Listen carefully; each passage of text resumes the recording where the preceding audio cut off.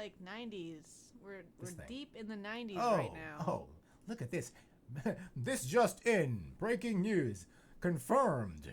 Rage Against the Machine are reuniting in 2020. Frat boys everywhere rejoice. Revolutionary bros start burning flags and wear your Che Guevara shirt. Put on your Che Guevara shirts and your cargo shorts. And I always wondered, like, do these like frat, because in the 90s, obviously these guys were huge. And their crowd, it consisted of the kids that would go to the Woodstock show. Remember the Woodstock shows back then. These guys played one of those Woodstock shows, right? Yeah, I'm pretty sure. I don't know. Listen, for these guys singing about such, like, if you listen to their lyrics, they're very sort of very left-wing lyrics, right? Very like Antifa level, like left-wing stuff. But then you look at these guys, and they're making they're huge. They're making tons of money.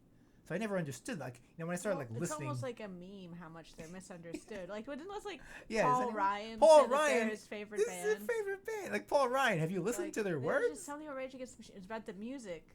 Because they made such commercial music. Yes, that's the thing. So it doesn't matter. It's like, listen, guys, you can't use matter. the master's tools to take down the master's house because the bros start to like your shit. That's right. You can't do it that way. I don't know if these guys intended to do. They probably did. Guys, you got to read your theories some more. See, I don't. I know like Tom Morello. He's a nice guy. He's a very smart, Harvard-educated guy, but he's kind of an elitist. I mean, he's kind of made to exist in that Hollywood era. Great guitarist, great guy. Smart guy, but he kind of takes that message that his band is about with a grain of, he's kind of he's not like, hey, we need to do this. I do think it's interesting that they're coming back now. Well, I mean, it's a good time for them to come back. But consider when they were active in the 90s. The 90s was pretty a peace. It was for America anyway. It was a peaceful time. Compared to now, times were good in comparison. Well, there was hardly an internet back then. There was no Great Recession. We were pre 9/11. Yeah.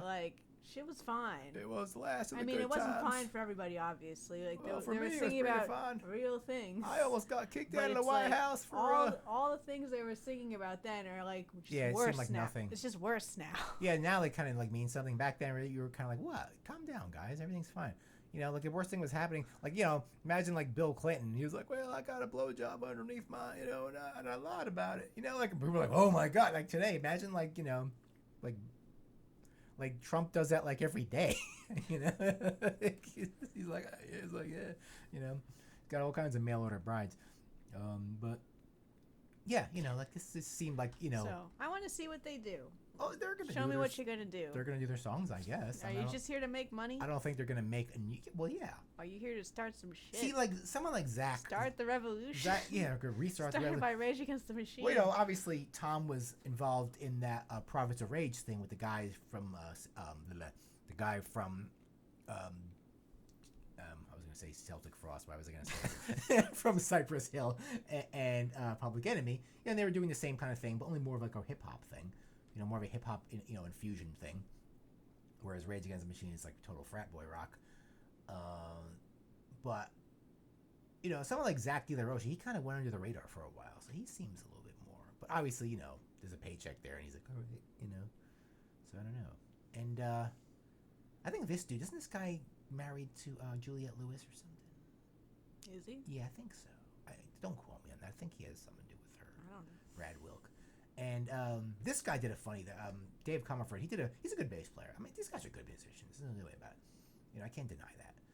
This guy did a funny thing at one of the MTV Music Awards, where he decided to just storm the stage and climb up a fake palm tree, and he stayed up there for the whole show. He wouldn't. It was funny. I had to give that was dude, that was fucking funny. Dave Comerford. Fuck all this shit. And all these guys in these security come down, we gotta get and he wouldn't come down.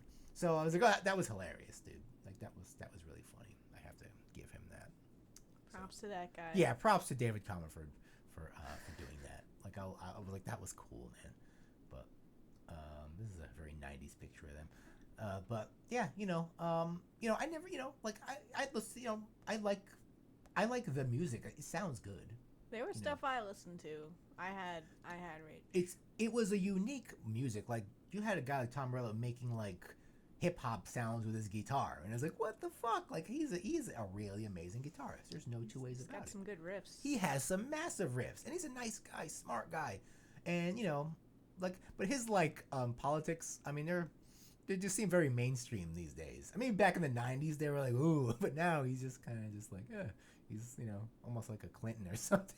He's just like, I don't know about that. Maybe not that bad, but I don't know. I'm not much of a Tom Morello scholar, so yeah, I can't he's really not comment, really. He doesn't seem that radical anymore to today's standards. He doesn't seem that radical. It's hard to say. Yeah, he seems very, like I'm gonna shout. All right, let's move on from conjecture. Yeah. We don't know what you're talking about here. Yeah, We don't need to slander anybody. Slander everyone. That's what Maledictus does. That's why they call him Maledictus. He gives the bad word.